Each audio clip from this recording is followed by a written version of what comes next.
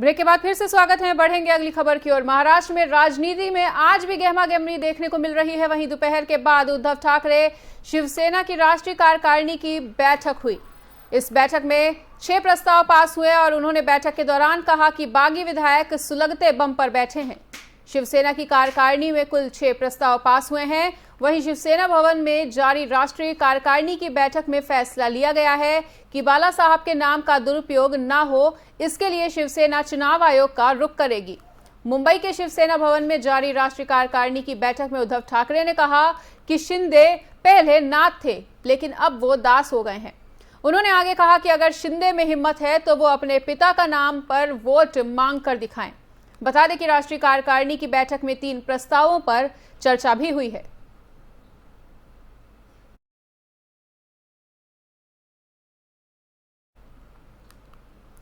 गद्दारी करने वालों पर होगी कड़ी कार्रवाई।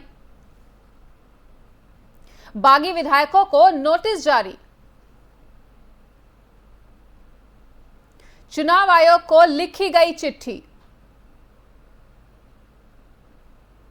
उद्धव ठाकरे के नेतृत्व पर भरोसा। शिवसेना बाला साहब का था और रहेगा। मराठी अस्मिता और हिंदुत्व पर कायम।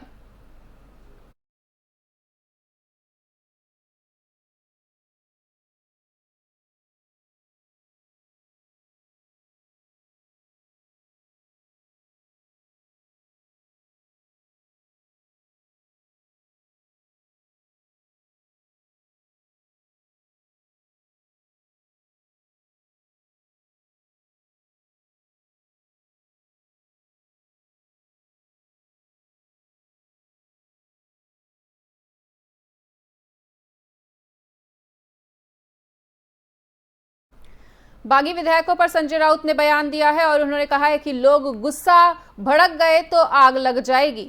आपको बता दें कि संजय राउत ने आप महाराष्ट्र से बाहर है भाई, कहा है, सुनवाते हैं। आप महाराष्ट्र में आकर बात कर लीजिए। देखो, मुख्यमंत्री की तरफ से आप महाराष्ट्र से बाहर है भाई, आप महाराष्ट्र में आकर बात कर लीजिए।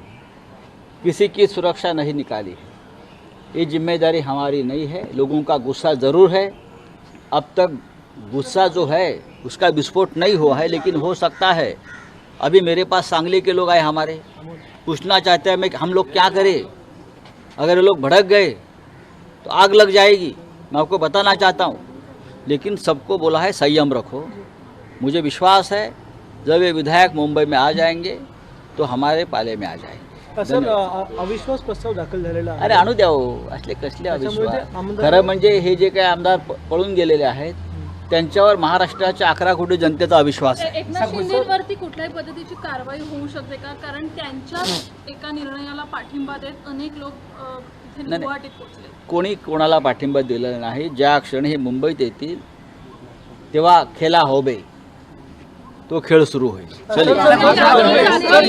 दलों के साथ देवेंद्र फडणवीस मीटिंग कर रहे हैं, उसमें जो अभी मौजूदा राजनीतिक हालात राज्य में चल रहे हैं उसके ऊपर आगे क्या प्लानिंग होनी चाहिए। मैं देवेंद्र जी को एक सलाह दूंगा।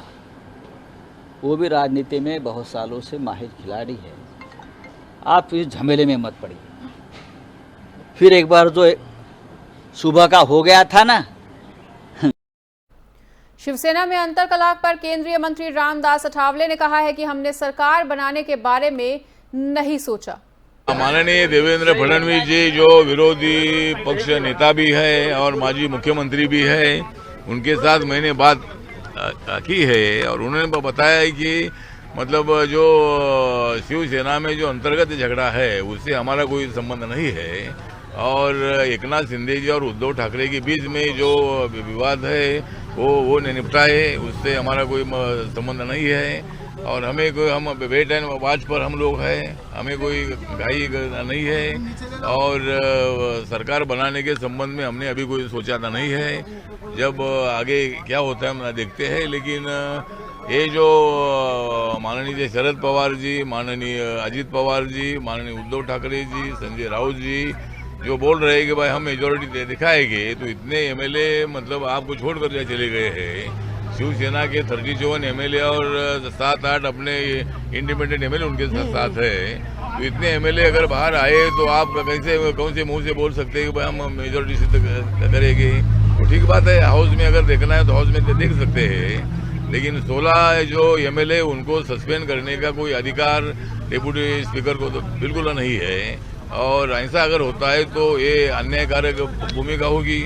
महाराष्ट्र में महाराष्ट्र संकट पर सांसद नवनीत राणा ने बयान दिया है और उन्होंने कहा है कि बाला साहब को मानने वाले शिंदे के साथ हैं। आज जिस तरीके से हमारे महाराष्ट्र में जो परिस्थितियां निर्माण हुई हैं, एकनाथ शिंदे गुट और बाला साहब को के विचारों पे चलने वाला जो एक ग्रुप है, वो एकनाथ शिंदे जी के साथ में अलग तरीके से निकलकर आज गुवाहाटी में बैठा है। उद्धव ठाकरे जी ने रिजाइन तो दिया नहीं, घर छोड़ दिया। घर छोड़ने के बाद गवर्नमेंट के लिए, सरकार के लिए इतने ज्यादा अग्रेसिव पने से बाहर अपने रिप्रेजेंट करने वाले जो राज्यसभा मेंबर है संजय राउत जी को इस तरीके से बयान देने लगाते हैं कि सिक्योरिटी पूरे एमएलएस की निकाल लेते हैं जो इनके ग्रुप को छोड़कर ओरिजिनल शिवसेना निर्माण करने के लिए बाहर गए हैं।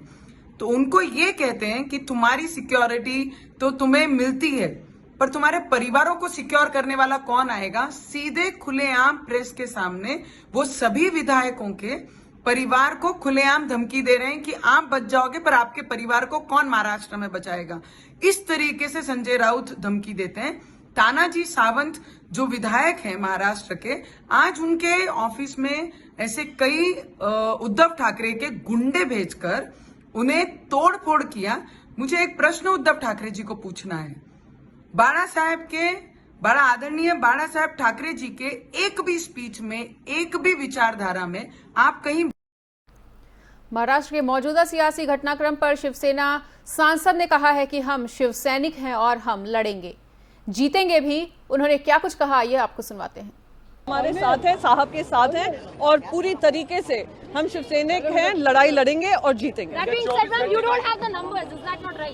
What is right is that what they are doing is illegal, legally not tenable, politically not feasible, and very soon you will have all your answers. हमारे साथ हैं, साहब के साथ हैं और पूरी तरीके से हम शिवसैनिक हैं, लड़ाई लड़ेंगे। और बीएसपी ने राष्ट्रपति चुनाव को लेकर अपना पक्ष स्पष्ट कर दिया है। वहीं बसपा प्रमुख मायावती ने प्रेस कॉन्फ्रेंस कर शनिवार को बड़ा ऐलान किया है।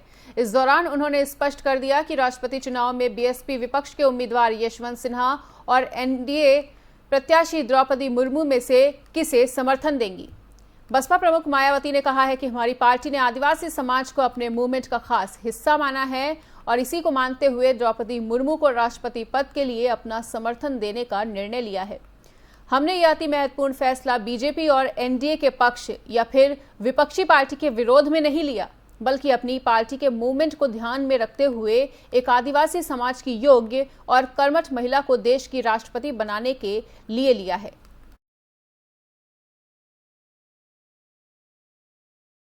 और यहां रुकेंगे एक और छोटे से ब्रेक के लिए।